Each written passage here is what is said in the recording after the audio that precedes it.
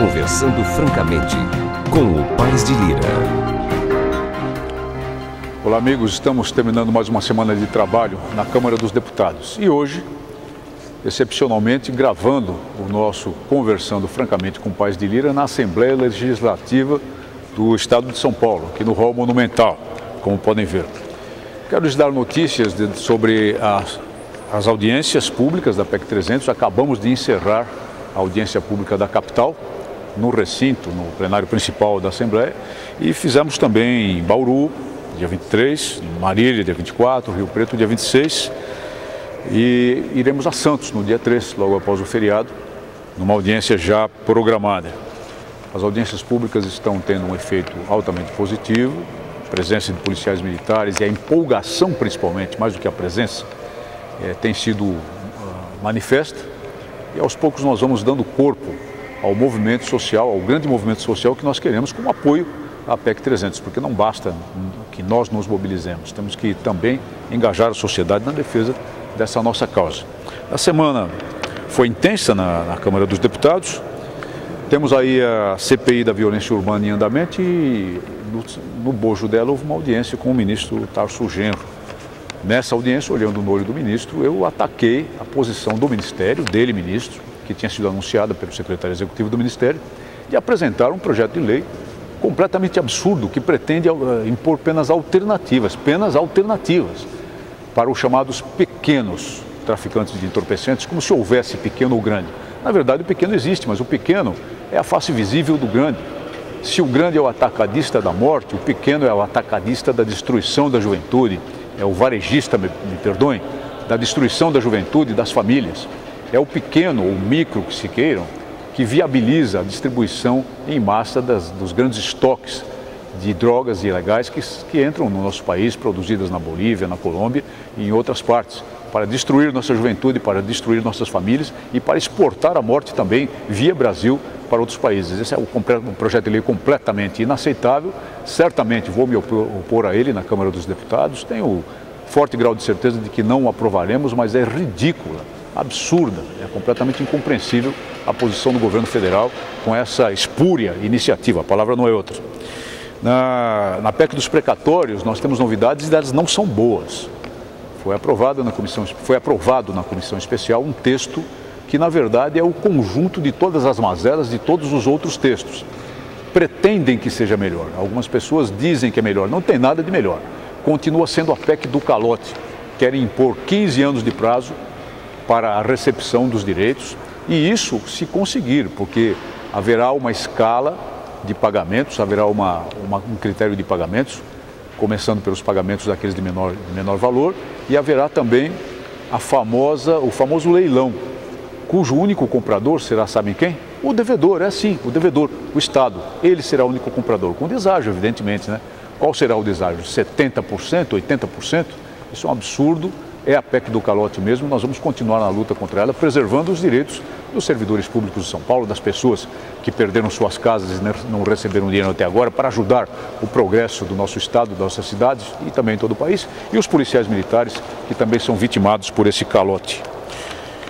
O período 5.245 do Poder Executivo foi votado também na Câmara dos Deputados e é um projeto que não apresentou muita polêmica. No entanto, eu votei contra, porque ele prevê um bônus para os servidores do Departamento Nacional de Infraestrutura de Transportes, apenas para esses servidores. E a bônus, sabem de quanto? R$48 mil, quase R$49 mil, por um suposto desempenho além das metas. Muito bem, nada contra isso, nada contra o DENIT, mas se o governo quer apresentar um plano de carreira, que apresente. Esse projeto é eleitoreiro, ele visa a destravar o tal do PAC, o Plano de Aceleração do Crescimento.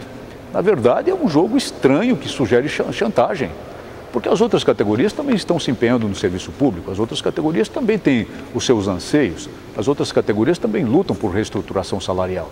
Então, como oferecer de presente um carro novo, 0 quilômetro, R$48 mil, não é?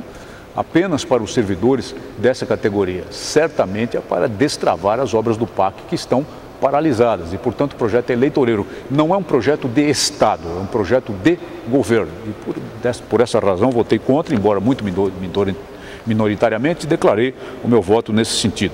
Eu sou favorável a que os servidores públicos tenham bons salários, mas não sou favorável a benesses e trens da alegria para garantir eleições, especialmente porque o bônus está previsto para ser pago, sabem quando? Lá em julho de 2010, ou seja, já no processo eleitoral. Fiz vários discursos muito fortes contra o tal projeto das penas alternativas para microtraficantes da tribuna, inclusive, e também ataquei a metáfora feita pelo presidente da República, dizendo que no Brasil, se Jesus voltasse ao Brasil, teria que fazer acordo com Judas. Isso para expor de modo alegórico como ele, presidente da República, tem que fazer alianças para manter a sua maioria no Congresso. Em minha opinião, essas alianças, com essa ótica, só podem ser alianças ruins, só podem ser alianças para a má política, só podem ser alianças para garantir uma maioria contingencial, uma maioria circunstancial, que certamente não vai atender aos interesses do povo, da população, e sim atender a projetos, volto a dizer, eleitoreiros. Estive também em Campinas, no 4º Encontro de Bioética, que é um encontro de defesa da vida, e lá fiz um discurso muito forte perante uma comunidade muito interessante, muito combativa, a comunidade católica Pantocrátor, e na presença do arcebispo Dom José Vieira Sobrinho, que esteve no foco de uma polêmica recente a respeito daquele caso de excomunhão, muito distorcida, notícias muito distorcidas da mídia, mas em essência o movimento defende a vida desde a concepção, defende a vida no ventre materno, a proteção da vida no ventre materno, e essa é uma das bandeiras que eu não abandonarei, para a qual lutarei com todas as minhas forças enquanto for parlamentar, enquanto tiver a tribuna da Câmara, enquanto tiver a minha voz e o meu voto para cuidar que não se chacinem nenês no ventre materno e para que não se desfigure a família brasileira como tantos têm tentado. PEC 300, volto a dizer, é uma grande maré. Nós soubemos hoje e divulgamos uma notícia muito importante, que o deputado Michel Temer, presidente da Câmara, abraçou a PEC 300.